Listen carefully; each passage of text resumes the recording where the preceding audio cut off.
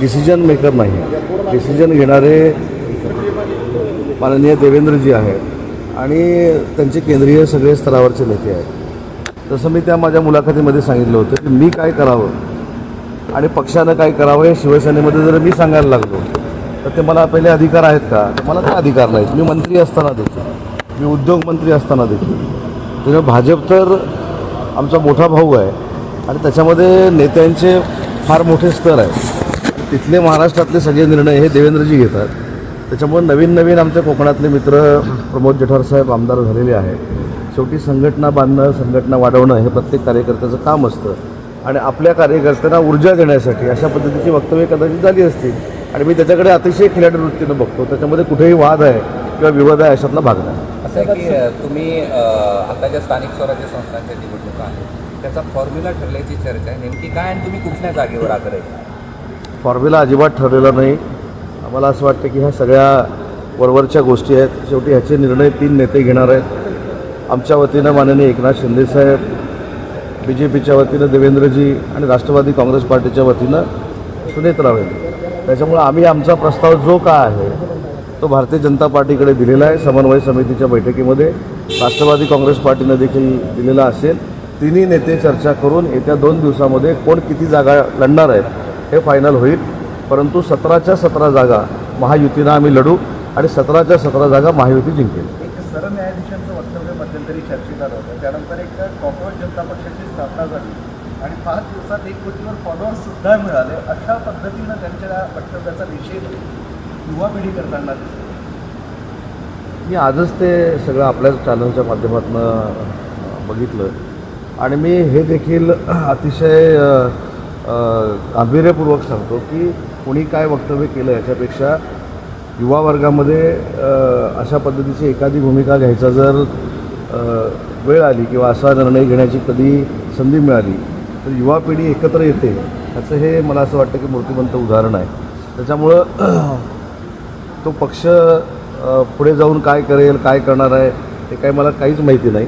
परंतु युवा पिढीच्या कधीही मला असं वाटतं की आपण असं म्हणतो की युवा पिढी ही देशाचं हित ठरवते. देशाच्या जडणघडणीमध्ये युवा पिढीचा देखील वाटा मोलाचा असला पाहिजे आणि म्हणून युवा पिढी जर विधायकरित्या एकत्र येत असेल तर त्याच्यामध्ये काही गैर आहे असं मला वाटतं. दुसरं असं की देशाचे पंतप्रधान असतील, महाराष्ट्राचे मुख्यमंत्री असतील, सर्वांना आवाहन करतात डिझेल कमी वापरा, दौरे कमी करा. असं असताना आपले उपमुख्यमंत्री देखील दिल्लीला आत्ता गेले. त्यावेळी साध्या विमानानं त्यांनी प्रवास केला. मात्र तुम्ही पक्षाच्या बैठकीसाठी स्पेशल विमान घेऊन या ठिकाणी संभाजी. आधी साहेब थोडी परिस्थिती आपण विचारात घेतली पाहिजे की मी ज्या मतदारसंघातून निवडून येतो तो मुंबईपासून किती दूर आहे. काल रात्री मी त्या मतदारसंघामध्ये होतो. आज मी मुंबईला आलो आणि मुंबईवरनं दुसरा मला पर्यायच नाही म्हणून मी आलो. पण मी मुंबईमध्ये आपल्याला कदाचित माहिती असेल नसेल मला माहीत नाही की देशातला एक पहिला असा एकमेव मंत्री आहे की जो माझा कॉन्वॉय देखील EV व्हेकलचा आहे आणि तो मी MMR रिजनमध्ये वापरतो. आता देखील मी इथे EV व्हेकलमध्ये बसणार आहे. परंतु काही ज्या अत्यावश्यक बाबी असतात त्या टाळू शकत नाही म्हणून मी त्या विमानानं आलेलो आहे. त्याच्यामध्ये आता जाताना उद्या मी करत जाणार आहे, तुमच्या इथल्या रेग्युलर फ्लाईटनं जाणार आहे. पण आपण देखील माझी आपल्याला विनंती आहे की अशा पद्धतीचा एक प्रश्न निर्माण करत असताना समोरच्याची बाजू पण ऐकून घेणं गरजेचं आहे. तो बाबा कशासाठी आला आणि त्याला जर नियमच मोडायचे असते तर माझ्यासारखा कार्यकर्ता MMR रिजनमध्ये स्वतः EV गाडीमध्ये बसला नसता आणि कॉन्वॉय देखील EV का ठेवला नसता. बैठक आहे, एकदम एमर्जन्सी पण नाही आहे, नियोजित बैठक असं तुम्हाला वाटतं? असं तुम्हाला वाटतं? असं आहे की त्याला जोडून आणखी एक प्रश्न म्हणजे तुमची इमर्जन्सी काय आहे हे आता सगळंच जर आपण ठरवायला लागलो तर मला असं वाटतं की ते योग्य नाही. असे मी तुम्हाला किती उदाहरणं देऊ? आणखी नाही, तुम्ही असं जरा सांगितलं तुम्ही असे प्रश्न विचारलेले नाहीत. किती उदाहरणं देऊ? माझं म्हणणं असं आहे की त्याची रिक्वायरमेंट काय होती.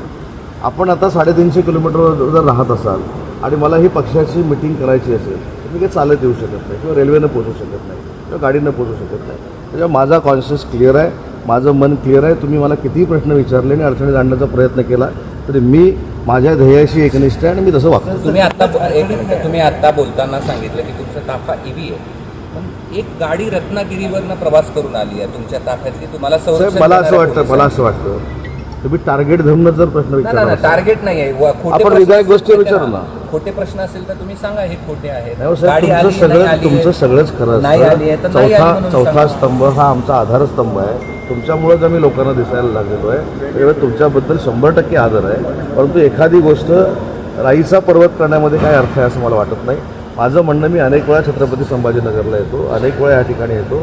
काही ज्या इमर्जन्सी आहेत, आता पोलिसांची सुरक्षेची गाडी आली तर तुम्ही पोलिसांना तुमच्या माध्यमातून सांगा की उदय सामंतला बाबा सुरक्षा देऊ नका, म्हणजे विषय संपून असं घाल. पण सामान्य लोक जनता रस्त्यावर रात्र आपण दुसऱ्या विषयावर जागी बोलू. आहे, डिझेल मिळत नाही आहे, ही पण आपण वस्तू दुसऱ्या विषयावर बोलू ना. 2018 साली राज ठाकरेंनी रेल्वे भरती ही आहे मान्य आहे. तुमच्या ईव्हीच्या फॉलो 10 फ्युएल गाड्या आहेत आणि त्या सगळ्या सुरू आहेत.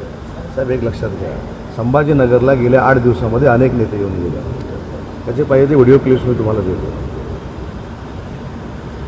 आम्ही आपलं ऐकून घेतो, तुमचा सन्मान करतो, तुमचा आदर करतो. दहापैकी आम्ही काही जणांच्या बातम्या पण केल्यात, तर तुम्ही बघू पण शकता. म्हणजे आपण आर्ग्युमेंट नको करूया. माझं म्हणणं असं आहे, विधायक गोष्टीसाठी एखादी गोष्ट जर इमर्जन्सी म्हणून आम्ही केली असेल तर आपण देखील समजून घेतल्या पाहिजे. तसं अनेक गोष्टी आम्ही आपल्या समजून घेतो आणि असं आम्ही कुठेही म्हटलेलं नाही की तुमच्यामुळंच आम्ही महाराष्ट्राला दिसतो, तुमच्यामुळंच आम्ही सगळं राजकारण करतो. त्याच्यामुळं मी मगाशीच सांगितलं की रात्री 12 वाजेपर्यंत मी रत्नागिरीमध्ये होतो. आणि दुसरी महत्त्वाची गोष्ट, मी कशानं आलो रत्नागिरीतनं, तर मग हे ऐकून घ्या. रत्नागिरीतनं मी कशानं आलो, विमानानं नाही आलो, लोकल प्रवास करत मी आलो, ट्रेनमधनं आलो. सर्वसामान्य जनता ज्या ट्रेननं येते त्या ट्रेननं मी आलो, दादरला मी उतरलो. त्याच्यानंतर तुमच्याकडे 6 नंतर किंवा 7 नंतर इकडे यायला विमानच नाही. त्याच्यामुळे मला हे करावं लागलं. ही गोष्ट देखील आपण समजून घेतली पाहिजे. राष्ट्रवादीचे काही लोक तुमच्या म्हणजे अजित पवारांच्या राष्ट्रवादीचे काही लोक तुमच्या पक्षाच्या संपर्कात आहे, अशा पद्धतीची एक चर्चा सुरू आहे. आज आमच्या पालकमंत्र्यांनी पण त्याला एक सहमती दर्शवली. खरंच असं आहे?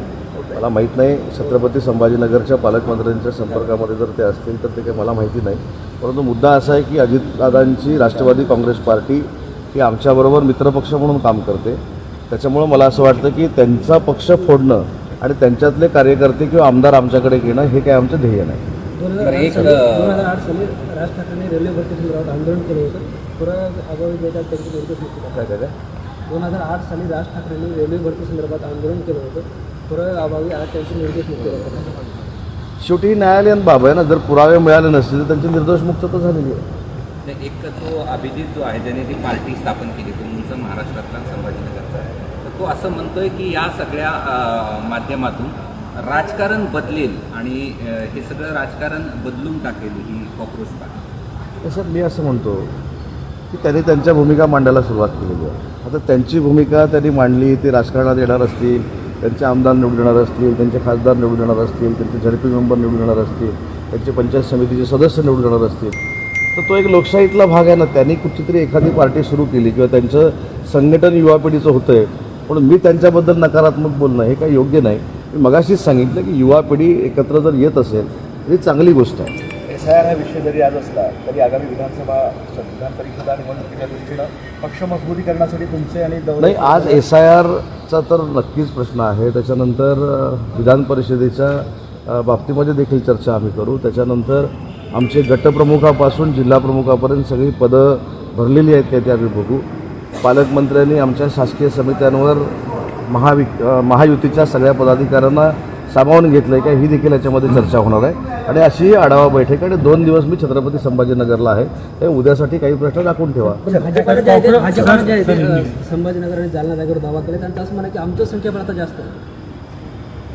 दावा आम्ही पण केलेला आहे अनेक ठिकाणी, तिथं आमचं संख्याबळ जास्त आहे. त्यामुळे मगाशीच मी याचा विषय क्लिअर केला की 3 नेते ठरवतील की ह्याच्यामध्ये नक्की विधान परिषदेच्या जागा शिवसेनेनं किती लढवाव्या, भारतीय जनता पार्टीने किती लढवाव्या आणि राष्ट्रवादी काँग्रेस पार्टीने किती लढवाव्या.